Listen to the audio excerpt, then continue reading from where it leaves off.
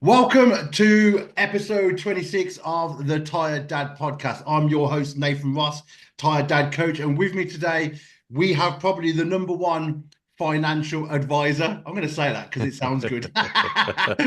I've known this guy now. It's about 6 months now we've known each other, is it? A little bit more it feels Oh, like, but yeah, okay. we started talking about a little bit more than that, but Yeah, yes. it's just been a love relationship as it's Valentine's Day. And um, and he's going to come today to talk to us about financial gains, financial worries, but most of all, help you guys understand finance a little bit more. Now, he's the owner of Behaviour Wealth.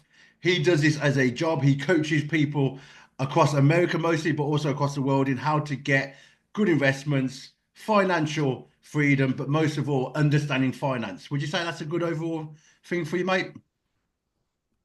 Yeah, it's Cool. definitely about the education part. Excellent, Absolutely. cool. So let's start off. Introduce yourself, family breakdown, and we'll go from there. Absolutely. I appreciate the intro. So my name is Richard Marucut, and as you said, I owner of Behavioral Wealth. I started the business probably about 4 years ago, actually right after around the COVID time frame when that hit, Yeah. was around the same time that I started to really educate myself on, the term is financial literacy, and I know that's Yeah. pretty loose term and sometimes thrown around. Yeah. And just to clarify, I know you mentioned financial advisor, but just to share this with the audience, there is financial advisors by title that depending on the country and then here in the US by state, you have to carry certain certifications to be a financial advisor because most advisors products. Yeah. What I consider myself is a financial educator, Yeah. which covers a spectrum of financial topics, but it's really customized to what my clients are looking for and what they need. Awesome. Um, but a little bit of background about myself. So I'm a military brat, Navy brat in particular. My dad joined the U.S. Navy back in early 70s. So I was born in Naples, Italy. Hmm. My dad's Filipino, my mom's Italian, and most of my upbringing has been moving around with my father and wherever the Navy took him. Yeah. So as a kid, I was very used to moving up. Every 6 months to a year, we would move to a different location, and that was part of military life, as Yeah. maybe a lot of your audience may know. But through that journey, what I found, and I learned this later in life, like most people, is you pick up money behaviors through your family, friends growing up without even realizing it until you Yeah. get older, Yeah. right? That's true. And That's true. very early, I would always see my father in particular. He would have the full-time Navy job, but then he would also be doing what we call now as side hustles in order to make extra money. Yeah. And I never quite understood why at that time. My mother didn't speak a lot of English back then, and so she was an at-home mom taking care of four kids. So it was up to my dad to, make the money for the house. Yeah. So Navy didn't quite take care of it, so he had to do side hustles. So Wow. he was a salesman. He did everything from selling vacuum cleaners to encyclopedias to No water way. filters. Yeah. He did everything he needed to do to try to bring extra money because he was responsible for bringing, Yeah. four Yeah. kids and a wife, Is right? this where your So entrepreneurial, is this where your entrepreneurial background comes from then? Absolutely. Yeah. I tie a lot of that history back to observing my dad. And that's what I say, when I talk to clients now, um, it's easy to think about what you need now, but you first have to understand where did your money lessons come from? Hmm. And you have to sometimes step back, 10, Yeah. 15, 20, 25 years Yeah. and ask how did the upbringing on money occur? Yeah. So let's So let's talk kind about of that then. fast, So it's called, what do you call it? yeah, Money trauma? money trauma, money Money trauma, trauma. which actually is a great title because I think as dads we all have some type of money trauma, whether we see money negative or positive Yeah, from our upbringing. So what's your experience of that, and what have correct. you noticed from working with clients? Yeah, so my money trauma was more so that I realized that my parents, as I look back at early childhood, we didn't have the means, but my parents did everything they can or could to make sure that it didn't appear that we suffered. Yeah. But looking back at it now, what that meant was more debt, right? Hmm. Which so many parents do now because we Yeah. feel obligated to take care of our kids. And when you don't have the means, what do? You charge, Yes. right? And then you start charging, and then that cycle never ends because whether you're wanting to do it for your kids or you're doing it because you want to keep up with what you think you should be doing or don't Yeah. want to give your friends impressions that you're struggling. Yeah. Yeah. But for me around my first trip to the Philippines with my dad, probably a little more than 10 years ago, is when I started to realize how good of a life we had, even though, you know, there's the debt and all of that, is Yeah. when I went back to see where my parents or my dad grew up. It was definitely a poverty-stricken area, but Yeah. the thing that stood out was people were very happy and there was a lot of community. Yeah. And I would scratch my head. I'm like, well, you don't have a lot of material things, but you're happy. Hmm. So when I came back to the US, I had a big reflection of why do I complain about the simple things So when true. Yeah. clearly you can be happy without monetary value? So that's where my trauma came in, and it's not as significant as some other people significant experience trauma, Hmm. but trauma, when I speak about money trauma, it's just identifying the point where you have a different outlook of money, Yeah. and from that point you respect it differently, right? So Yeah. it doesn't always have to be broke No. living on the streets. It Yeah. could Yeah. just be a moment in time where you Yeah. look at things differently. So I suppose it's a spectrum then, I suppose. And depending on where Yeah, everyone is on that spectrum will then depend on the types of trauma. It's funny that you mentioned the Philippines because when I lived in Thailand with the wife, we noticed they had nothing but yet had everything. And this is what I always say, like absolutely. they had nothing at all, like literally and from that they were just happy.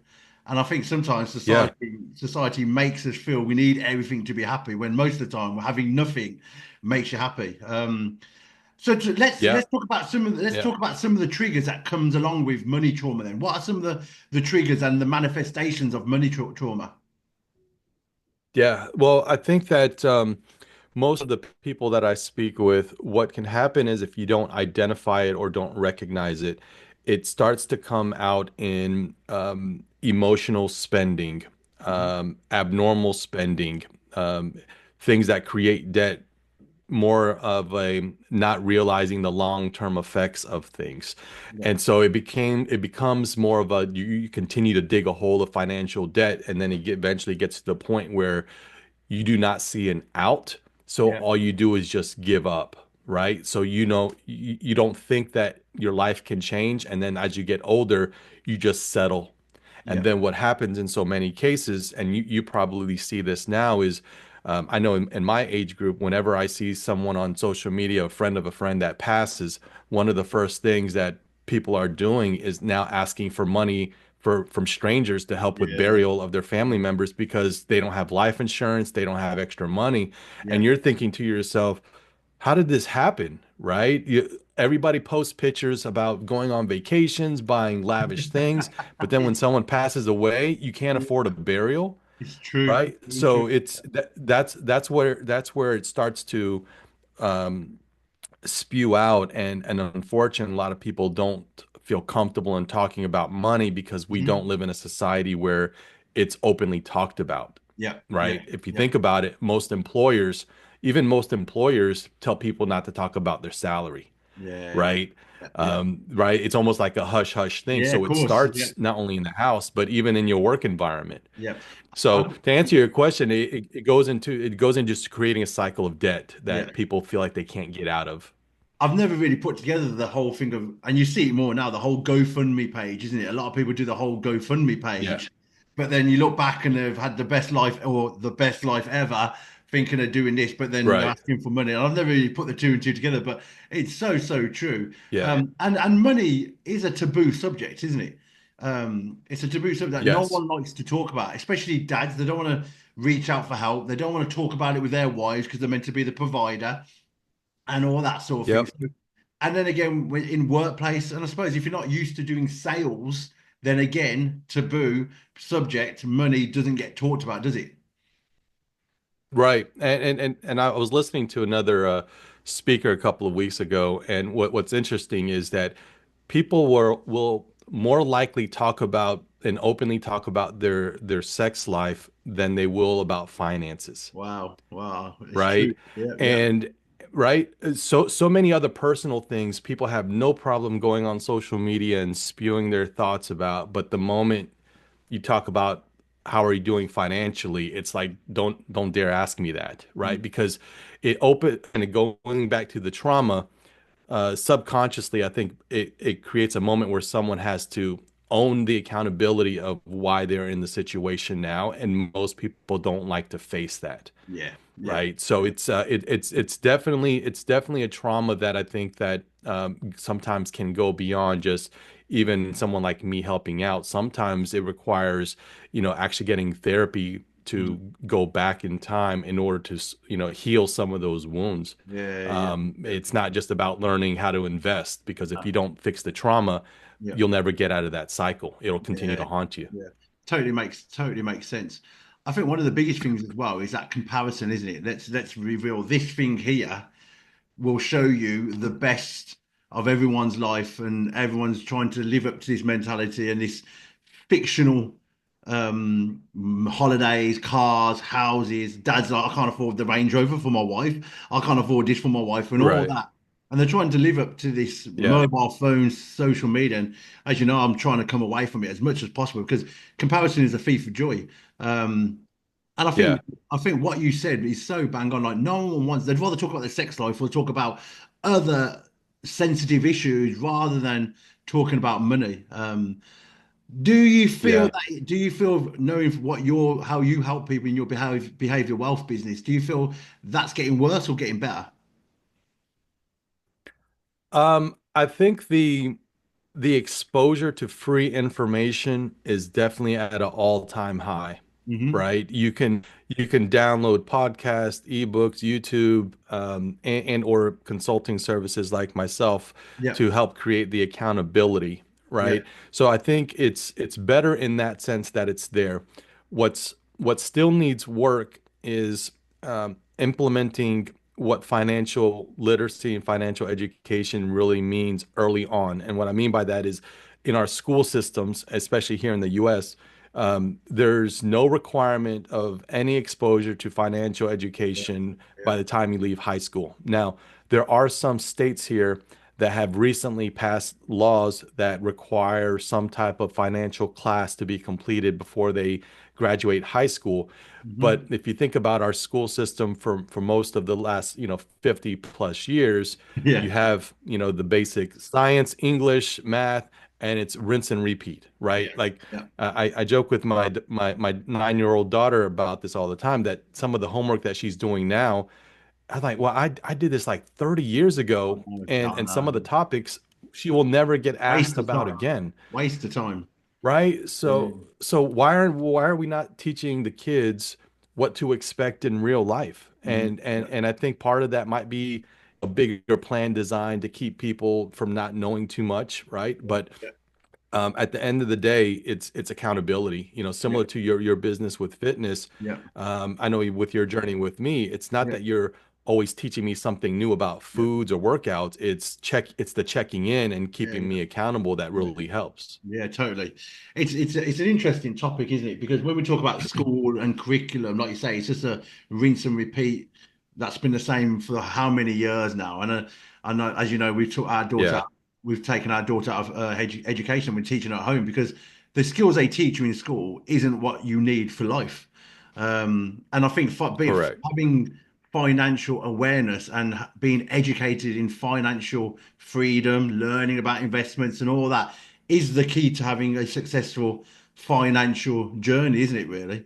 Um, Yeah. it's quite scary, really, what they teach you and what you actually use, which is funny on one way, but then not funny on the other. So, okay, so let's talk about Yeah. where when you're talking to clients and when you've got your own clients, where do they need educating in? What areas do they mostly need educating in? Apart from, so they've dealt, let's say they've dealt with their trauma, their money trauma. You've gone through that process.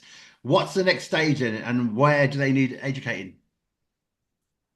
Yeah. So the biggest thing is, at least for the the client group that I've been wanting to focus on Mm. has been the older version of me or the younger version of me, right? So I try to bring up topics of what do I wish I would have known 20 years ago that would have given me a head start. Yeah. The thing is, regardless if you're, 20, 30, or 40 now, the same principles and foundations still apply is you have to understand how your behaviors and emotion triggers your spending patterns. Yeah. Most people need that help in seeing what putting money aside can actually do. Hmm. Because again, when you start talking to people about, put money, you put your money in a savings account and it'll give you a 2% return, the average person isn't going to register what that means, Yeah. right? And so Yeah. when you're first starting off, similar to weight loss journey or building muscle, in the beginning, it seems so slow that there's this fine point that if you're not reinforcing that you've come a long way, even if it's just understanding, people will likely give up, Yeah. Yeah. right?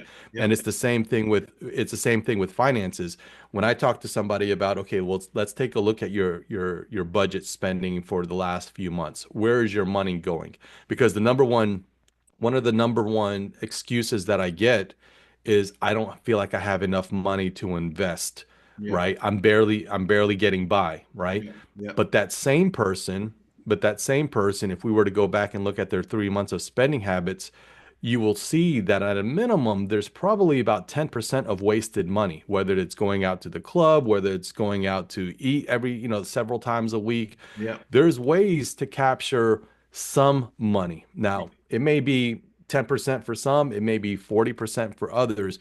But what I try to teach people is that 10% is what you need to get used to putting away first, Okay. right? And if we can carve out 10% and see that it doesn't really change your lifestyle, Yeah.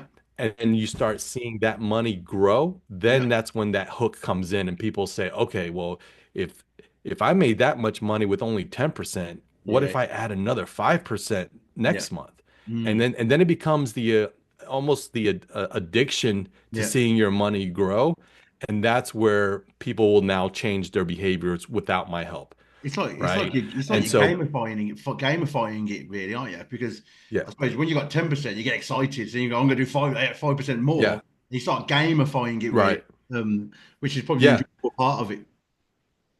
It definitely can become a dopamine thing, Yeah. right? Especially when you see the results. And I think just in human nature, people like seeing that an action creates a reaction Yeah. that they wanted, right? That Yeah. shows progress, right? And Totally. again, that progress comes in so many shapes and forms of our life. But when we're talking about finances, someone wants to know that if you're asking me to, take out $20 or $30 out of my paycheck every week and put it aside, I need to know that that's actually doing something. If I don't, I might lose the excitement about it, Yeah. right? So that's where the accountability comes into play, is helping a client get to the point where they realize that it works, but Hmm. also realistically realize that it takes time to build as well before Yeah. the engine gets going, Yeah. right? Yeah. Totally. So that's what I would say. It's about showing the accountability, but then getting them to see the value of it, and then Yeah. so they can start managing their money on their own. Awesome, man. Yeah, I feel like there's quite a lot of relation between fitness and finances, isn't there? That initially, the initial Yeah, part, the hard work, isn't it? The jumping on yeah, the train to start, and then as you're going through the journey of investing, you want to see your money come back. So I suppose it's like this, isn't it? All the time, ups and yeah, downs, ups and yeah. downs. But as long as you're consistent, like you can be in fitness, the results will come. Yeah. I that similarity to fitness and finance Mm. is the example that I always give people because it's so relatable. And, Yeah, and the example that I share with them often is, have you ever tried to convince someone to go to the gym, yeah, or has anyone ever tried to convince you to go to the gym? If you're not in the mental state or prepared to do that, you're not going to go, yeah, right? And it's yeah. the same thing with finances. I don't push financial education on anybody. All I can do is share information and hope that my audience base has realized that they've come to a point in their life where they now need to take it seriously, right? Mhm, So mhm. with health, most people won't take it seriously until what? They go to the doctor and the doctor says, "Hey, if you don't lose 20 pounds, you're going to Yep. be on this medication. You may have diabetes. You Yep. may lose 10 years of your life." Now everybody's like, "Oh shit." I need to do Right? something. Yeah. Well, it's the same thing with finances, but what happens with finances when someone loses their job, someone no longer has access to credit, their spouse loses their job. Now you have that same oh shit moment, Yeah. right? But Yeah. Yeah. now Yeah. you don't have a doctor to help you and guide you. You're now on your own. And Hmm. so if you don't know where your resources are right, now you start to say, well, I just give up. Yeah. Yeah. And Yeah. then you start getting into probably the lines of depression and Yeah. mental health because Yeah. because it's taboo, people will less likely ask for help when it comes to finances, and they try to do it on their own, even though there's a lot of information and people like me that will help you get over that. Yeah, yeah, yeah. It's really funny because, well, it's not funny, but well, I usually put polls up here, there, and everywhere, and it's usually the same thing. Like, what thing do you struggle with? Finance, family, and usually like something to do with fitness or something like that. And it's usually a battle between family and finance. The last thing's always Yeah. fitness, and I get that because sometimes fitness isn't a priority for everyone. But I truly believe if people were honest with themselves, the biggest struggle most dads go through is money, finances, wishing they earned more money, wishing they didn't have the pressure of earning more money. I think the finance struggle is such a big thing with men trying to provide, trying to make sure they've got Yeah. enough at the end of the month. And that's the statistic that I think you shared with me, or I said it somewhere, and then I said to you about it. Like, I think so many percentage of Americans haven't got enough, like £1,000, $1,000 in the bank or something like that. Yeah. It's a scary, scary concept to think that people haven't got savings. So let's talk about then, Yeah. what area do dads need to focus on? Because I know we can talk. There's so many things that online tells you. You need to do this. You need to do that. You need to. This is how you can make 10K in 1 hour, and all the rubbish that people share and all that. What areas do you truly Yeah. believe that dads should focus on when it comes to money and their finances? Yeah. The one of the cost effective, almost basically free things that anyone who's thinking that they need to change their financial situation, what I would always recommend is YouTube University, right? Yeah. Is spend at least, let's just say, 2 hours a week on random podcasts or videos that talk about um, money mindset or anything related to financial changes, financial impacts, and just Mhm. listen, just digest and get other people's perspectives Yep. of money, especially around money trauma.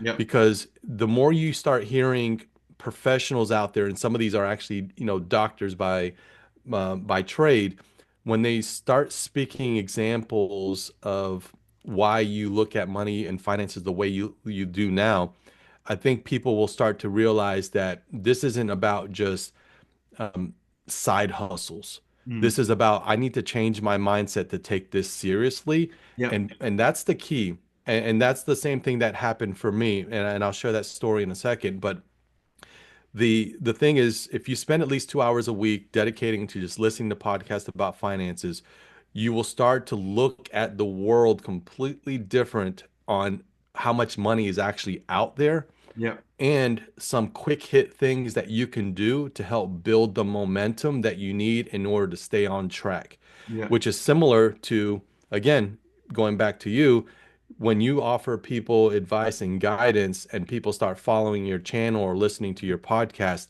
they keep coming back for that um, uh, confirmation of, okay, I am doing the right thing. Yep. Or, you know what, other people are struggling too. Yep. There's a community out there. Once you have that, it becomes addictive, and then you want to learn more. The key is you got to stay absorbing the knowledge that you need in order to make sure that you can then manage on your own. Yeah. Yeah. Right. So Yeah. I would say the quick hit is I would ask everyone to just dedicate 2 hours a week. If you can't do 2 hours, just do 1 hour.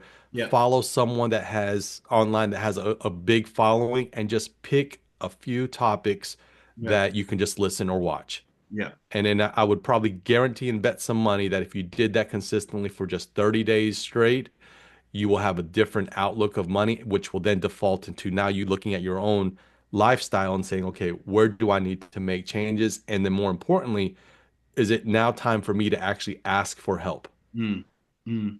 Yeah, right? and Ask that makes ask sense. for help. Totally makes sense. Totally makes sense. Yeah, and Yeah. I think like what you're doing with like educating people, like when you start educating yourself, I've got a motto, and it's always if I find one person, I stick with that one person. Because Yeah. what tends to Yeah. happen, and this is what I've always found, like when you start listening to lots of different people, they have all lots of different opinions. You start then Yeah. doubting which one's right, which one's wrong. Whereas if you can just align yourself with one person, and just listen to what they say and take on board what they say, and then when you finish and regurgitating Yep. that, then you move on to someone else. Because otherwise Right. you're in conflict all the Yeah. time.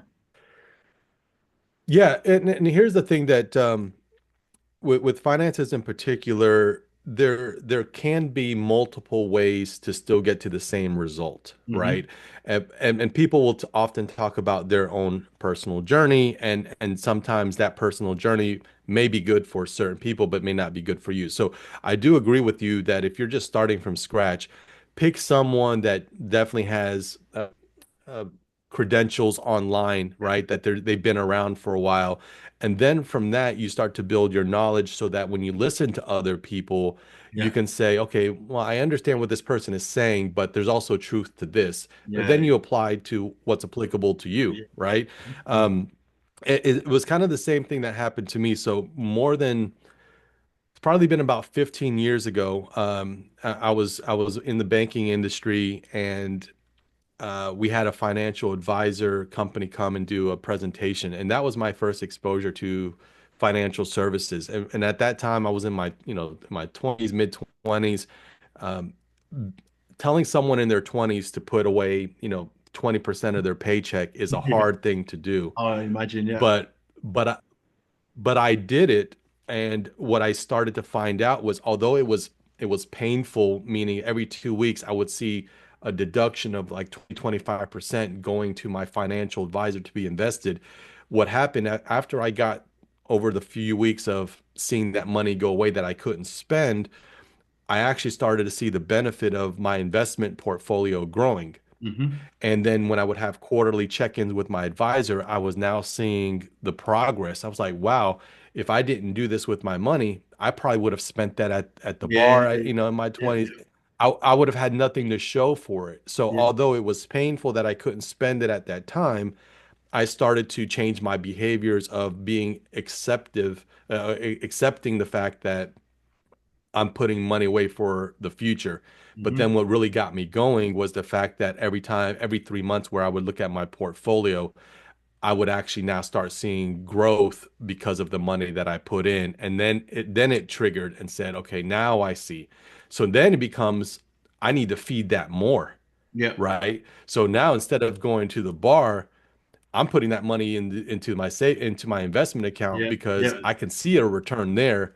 I course. might enjoy a night at the bar, but that's gone the next day with with the Yeah, hangover or something, right? yeah, yeah, Um, yeah, but so I had my experience with a financial advisor, and it worked for me for many years, almost 10 years. But then fast forward into when we got around the COVID period, when a lot of people had downtime to watch videos on YouTube, right? When yeah, everybody was bunkered down, yeah. I started to come across some videos about investing and trading, right? Hmm. Day trading or just trading in general. But then I started to somehow come across videos about financial advisors. And then, of course, me having a financial advisor at the time, I said, let me pay attention and watch. So then I started to hear things about what you should ask a financial advisor, how a advisor should be helping you.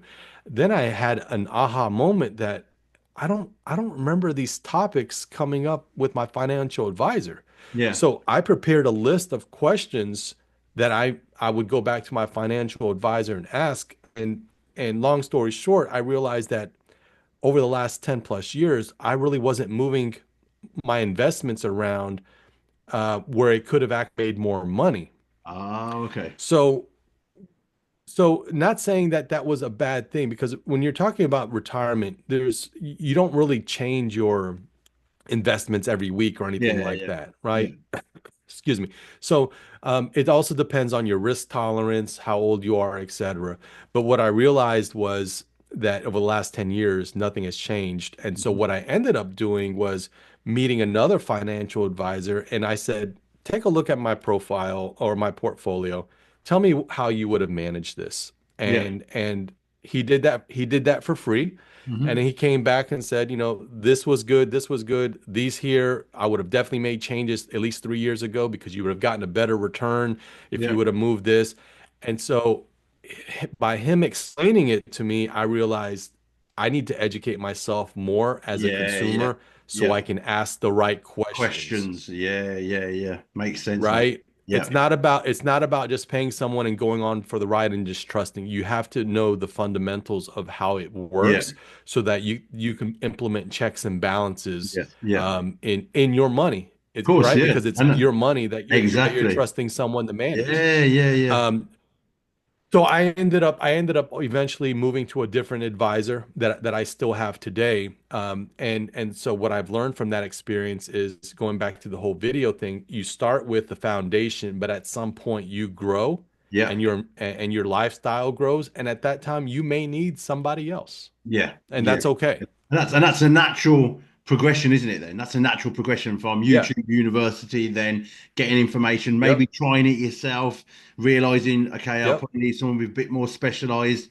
um, Yep. education on it. So then you get someone else.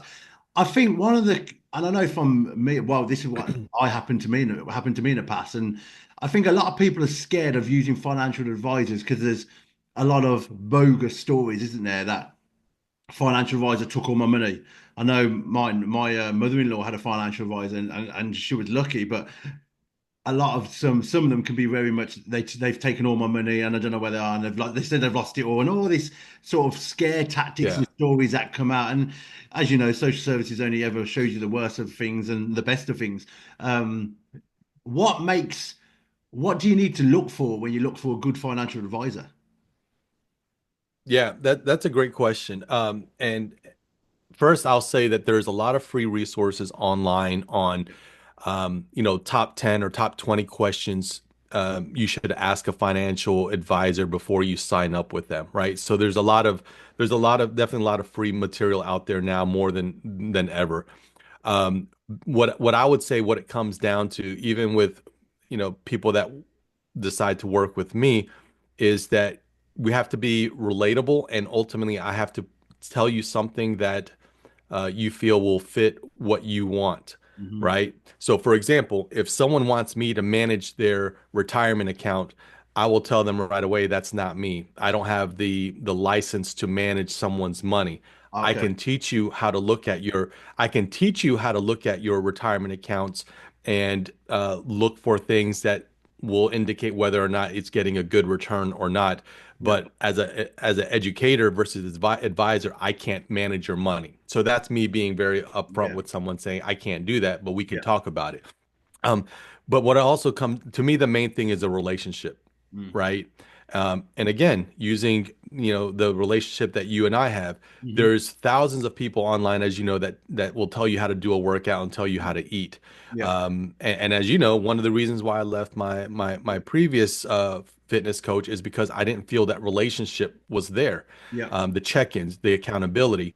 So the experience of the person, definitely, the credentials definitely make sense that you should ask about that. yeah, But it also comes down to how does this person treat me? yeah. Do they understand my situation, or am I looked at as just a revenue for them, Another right? income Are they for them, so to sincere speak. about their check-in? Yeah, yeah, Yeah. yeah, Yeah, but again, that will vary. But I think the best way I could answer that is there's a lot of free kind of material out there, the top 10, 20 things to ask your yeah, financial advisor. The biggest thing, sorry, I just thought about this. The biggest thing is whether or not the advisor firm is set up with a structure that that they make money only when you make money versus do they make money off of products that they sell you. That oh, is yeah, too big two very big distinct differences of the industry right now. So in my example, the first advisor firm that I was with that was under a bigger uh, investment company, Hmm. they made money off of selling me products like life insurance, Yeah. XYZ, medical, these things. So my portfolio was probably a small percentage of their revenue where they got money was selling me Selling it to you. products, Yeah, yeah, right? yeah, So if one of the red flags would be if an advisor says, "Oh, well, you need life insurance, you need this, this, and this, and we'll sell it to you." That typically to me is a flag that they're commission based, yes, yeah, right? yeah, yeah, Now, if they bring up if their price structure is, look, our price structure is that we get 1% of the portfolio that you ask us to manage. That 1% only comes out every quarter, but we only get paid off of what's your in an investment account. So they're tied into making your money grow, right? Because their 1% will disintegrate if your portfolio isn't yeah, performing, but yeah, it will yeah, actually increase, yeah, right? So then as a consumer, I have to ask myself, is paying someone 1% worth it if they're invested on growing my money? Because yeah, if my account goes from 100,000 to 500,000, I they, could care less about that 1% yeah, because exactly, they've helped yeah, me make money. yeah, and they want to make money as So well, don't they? So they want to make it grow. they do. Yeah, And that's something that they have to disclose. So I would say that that should be part of the question that you ask them is how do you make your money off of me, and let them tell you that we only make money if you make money, and it's contract written, so you'll be able to see that, but it's a very simple question. What is your percentage of management fees? I like that. And I they'll like be able that. to tell you. Yeah, I think that's probably Yeah, one of the biggest, a big takeaway from this podcast is that point alone. That if they're willing to take a percentage after they've made you money, if they make money, you yeah, make money, then or you make money, they make money. I think that's a key factor in knowing if they're a good, if they're for you or just that you're another number taking an income by selling you products on commission basis, isn't it? That's really yeah, that's some good insight there. I like that. Um, yeah, Okay, let's quickly talk about retirement then. So we've talked about investments, we've talked about yeah, financial advisors. Let's have a quick overview about retirement because let's be real, you're at an age, I'm at the age. I had a conversation with the wife the other day about pension and retirement and all this sort of thing. What do you yeah, advise people to do, or what areas do you advise dads to look into when it comes to retirement? Um, yeah. what's the biggest struggle and worry of your clients when they think about retirement and we call them pensions and all that sort of thing? Yeah, well, here in the States, if you work for most companies, they are associated with a brokerage like a Fidelity, E Schwab, Yeah, Vanguard that manages 401k retirement accounts here in the States, right? yeah, And typically most companies will do some type of match, that's right? So they say if you contribute up to 5%, we'll match, let's just say 2%. Some companies match 100% to up to a certain amount. yeah, What I would say is retirement accounts is probably the easiest and entry level investment step that anybody can take, because most investment accounts that are set up for retirement are set up to be very conservative, meaning that they don't invest your money into high risk things because yeah. it's meant to be a 15, 20, 30-year outlook. So I would say for anyone that's just trying to start, even if you don't have an individual investment portfolio now, is take a look at your retirement account that you may have set up through your employer Hmm. and study that. Okay, Right. And so what I mean by studying that is taking a look at, over the last few years, how has your portfolio performed? hmm, Right. Now, I know we'll get into it at the end, but one of the services that I offer is helping people look at their statements and explain what returns mean and what is expected returns versus what your portfolio is doing. Now, hmm. I don't tell you how to move your money around. I just explain your statement to be able to have the average person see what they're invested in, because Yeah, most people, and this is part of the gap. Most people will sign up with a retirement account through another employer when they first get hired because it's part of new hire paperwork, right? Yeah. It's like this, it's a sheet that says, do you want to contribute to your 401k? And most people will just sign their name Yeah. and say, okay, I'm good with, 5% or whatever the match is. Yeah. But then from that point, they never look at their Think about it. statements again, Yeah. Yeah. right? Yeah. Yeah. So they go through a whole career with the company, 10, 15 years, and they've never looked at their 401k statement to see how it's performed. Hmm. The big risk on that is you could have made some changes, or your risk tolerance, because your risk tolerance may be higher when you're in your 20s, you could have went all in at more riskier things because you have enough recovery time. Yeah. Yeah. But, Yeah. but again, most people don't even look at their statements anymore. They give all responsibility to the brokerage and their company to make that decision for Thinking them, they've which got is their best not interest what. and they haven't probably. Yeah.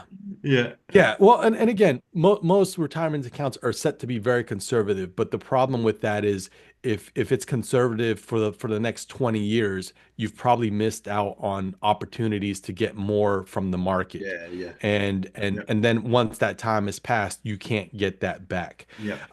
But going back to your question, I would say the first thing is taking a look at how much are you contributing to your retirement account, and at a minimum take advantage of what your company is matching, Hmm.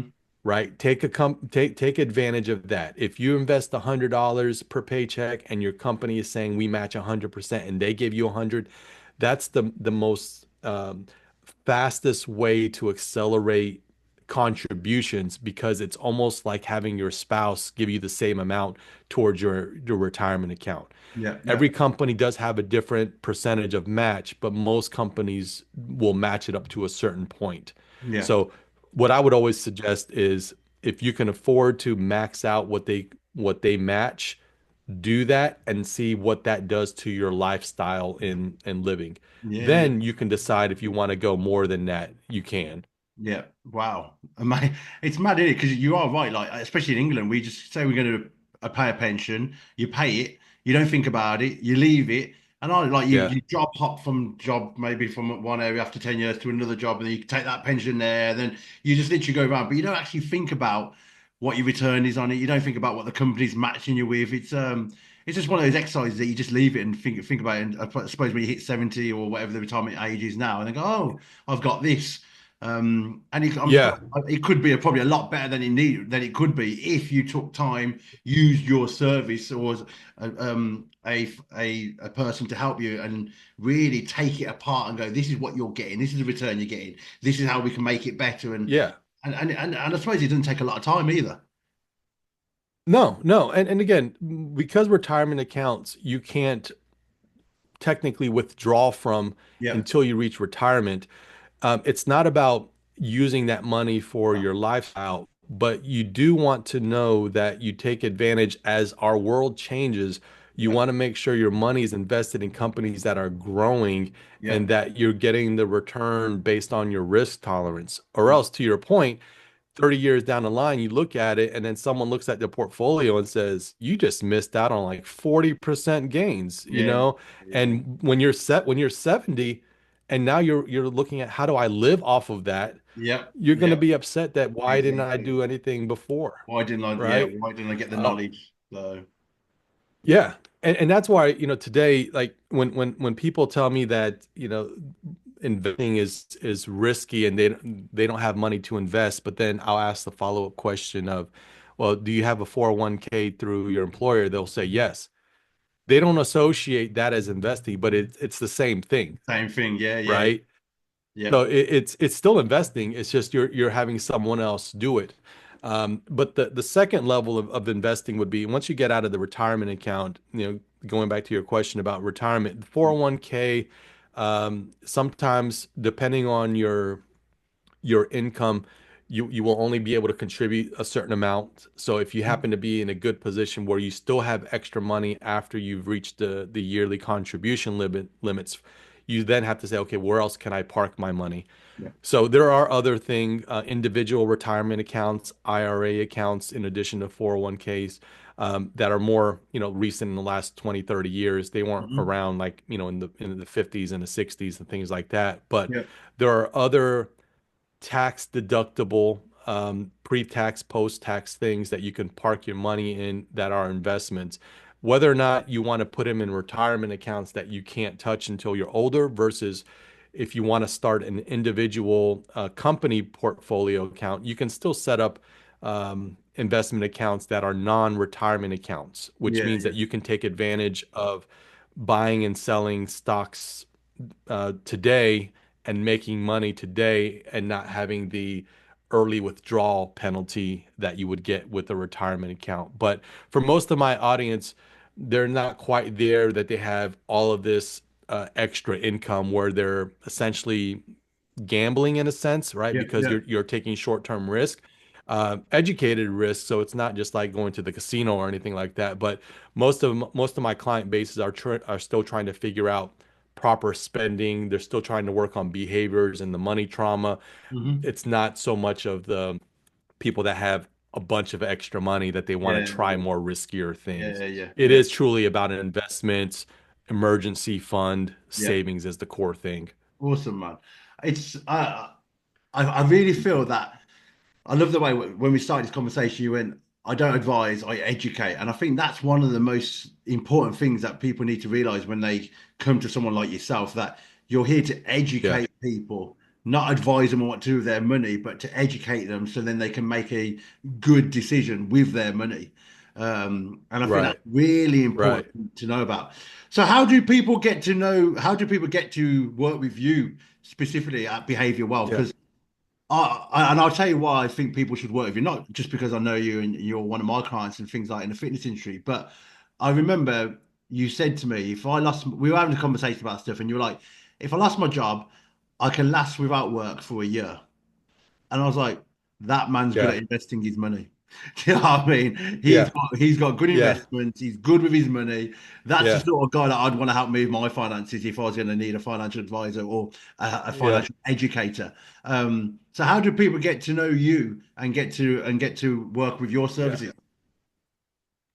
Yeah, I appreciate that. So my website is behavioralwealthconsulting.com. Hmm. We can definitely put it in the Yeah, comment yeah, section after this, yeah. but behavioralwealthconsulting.com, you can actually take a look at some of my services. And one of the services that I offer also, just to the point of getting to know me, is you can actually book a 30-minute free consulting session with me where I use that as just an exploratory conversation with potential clients. Is let me hear from you, what is it that you're looking for, and then through that discovery call, I'll let you know if I'm the right person. Again, if someone is looking for someone to manage their money, that's not me, but I could give them some resources to take a look into. Yeah. So I always like to customize my education based on what my client is looking for, but they can reach me through my website Awesome. to book a free consulting session. And then on social media, on Instagram, my handle is I Teach Financial Literacy. Very easy to find, but again, we'll drop that link there Yeah, for your yeah, audience as yeah. well. Definitely, man. Well, mate, Rich, I have to say you're a man full of knowledge when it comes to the financial game. And Thank you. you've got a Facebook group as well, haven't you, that you put stuff in as well? Yes, yes, and I'll drop that, but it's behavioral wealth Yeah. is a group page open to the public as well. Yeah, But so yeah, I'll add we'll that put all into the the links in the comments as bottom in the comments because I think it's really important that people can reach out to you and just get some more education, more information, but most of all, just get some knowledge because with knowledge is power, and the best way to get knowledge is education, isn't yeah, it? So, mate, I appreciate yeah, your time yeah, in sharing your thoughts on what you do in behavior wealth, and I really feel like we're going to need a part two on this because I feel like we've just done the yeah, surface level of it. I think we can go deeper in yeah. and break the topics down when it comes to money trauma, investments, and retirement. I feel like them three topics we can break down even more and do a podcast per each one. So that's for something for the future. But apart from that, mate, I appreciate your time. Yeah. One thing I'll say on Yeah, speaking on that part too is we yeah, didn't get a chance to talk about it today, but since your audience is a lot of fathers, yeah, um, there are ways that you can get your kids started up with what we call custodial accounts. yeah, So the investments all apply. You can set up custodial accounts for your kids, and how that works is basically as the parent, you become the primary owner with your child's name on the account, and the accounts convert to them when they turn 18. The Wow. great thing about that is you can use the childhood period to help educate them on putting money away. Yeah, But then when they turn 18, they now manage their own money. But we can talk about that. But I know a lot of fathers that I speak to always are interested. Well, even though I feel like I'm later in life, how do I get my kids a head start? definitely. Yeah, Right. definitely. So Yeah, now, yeah. imagine, your daughter, my daughter having an account at 9, 10 years old. By the time they're 18, they're ahead of the game Yeah, yeah. financially, And that's what you want, so isn't we it? can definitely do another. Yeah, I feel like that in that Absolutely. I feel like in that podcast we definitely talk about helping our little ones, educating our little ones, but also knowing what's available for our little ones. So definitely we're going to do a part two. Yeah. But until then, Richard, I appreciate your time. Thank you so much for sharing your Thank knowledge you. with us. Guys, please like and subscribe. If you want to know more information, it's going to be in the comment section where you can contact Richard, join his Facebook group, follow him on Instagram, and also on his website if you want to reach out to him for a free 30-minute consultation. So thank you for watching the Tar Dad podcast. And until next time, see you soon. Cheers, Rich. Thank you. Thank you, everyone.